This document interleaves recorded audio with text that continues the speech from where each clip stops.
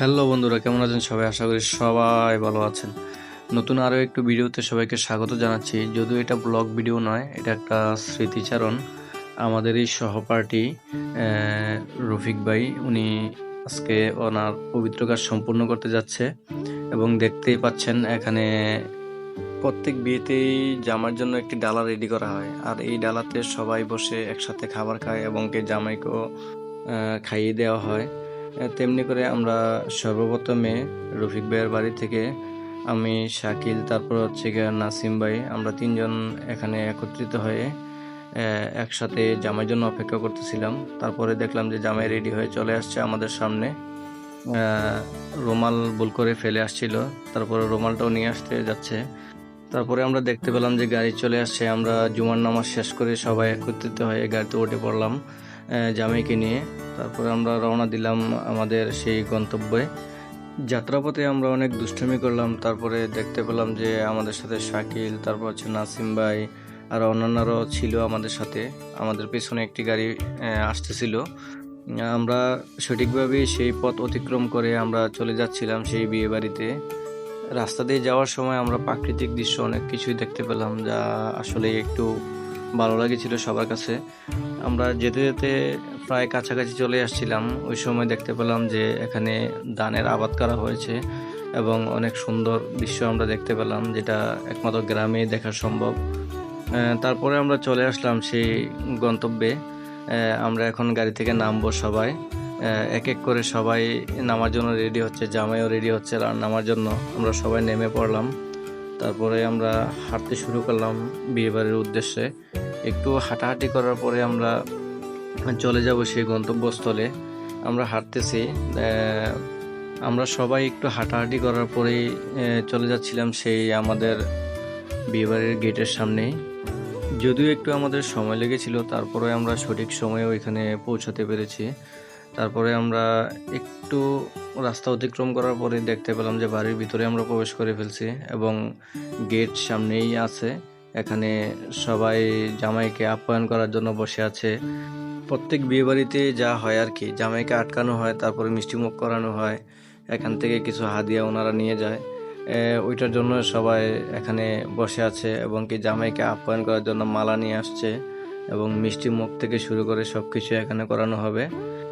শরবতের গ্লাস থেকে শুরু করে মিষ্টি মুখ এখানেই হবে। মিষ্টি মুখ করানোর জন্য সবাই বলতেছিল যে দ্রুত কাজটা সম্পূর্ণ করার জন্য। তারপরে এক ভাই ওনাকে মিষ্টি তুলে দিল জামাইকে, যা আমরা দেখতে পাবো একটু পরেই। জামাইকে মিষ্টি মুখ করানোর পরে এখানে একটু গেটে ধরলে টাকা দিতে হয়। জামাইকে মিষ্টি মুখ করানো শেষ, এবার হচ্ছে এখান থেকে বিদায় নেওয়ার পালা। আমরা ভিতরের দিকে যাব। টাকা নিয়ে এখানে একটু ঝামেলাই হচ্ছিল, তারপরেও সমাধান হলো। তারপরে ওনারা আবার বিয়ের দিনে যা হয় আর কি, ওনারা স্প্রে মেরে আমাদেরকে একদম অন্ধকার করে দিল। জামাইকে একবারে স্প্রে মেরে অবস্থা খারাপ করে দিল। তারপরে আমরা এখানে ছিলাম, ওনার স্প্রে মারতেই ছিল। তারপরে এই ঝামেলাটা অতিক্রম করে আমরা বিয়ের প্যান্ডেলে আমরা ঢুকে পড়লাম। তারপরে আমাদের সামনে ভাইয়েরা শরবত নিয়ে আসলো। আমরা শরবত খাওয়ার জন্য বসে পড়লাম। সর্বপ্রথমে আমাদের সামনে এক গ্লাসে করে শরবত নিয়ে আসলো এক ভাই। তারপর আমরা শরবত খেলাম। তারপরে আমরা সবাই একত্রিত হয়ে এখানে বসে পড়েছিলাম এবং জামাইকে রেখে আমাদেরকে খাবার খেতে হবে। কিছু করার নাই, কারণ একসাথে জামাই আমাদের সাথে খেতে পারবে না। জামাইয়ের জন্য আলাদাভাবে ডালা রেডি হবে। আমরা সবাই খাবার খাওয়ার জন্য বসে পড়লাম এবং জামাইয়ের আসরে বসেছিল।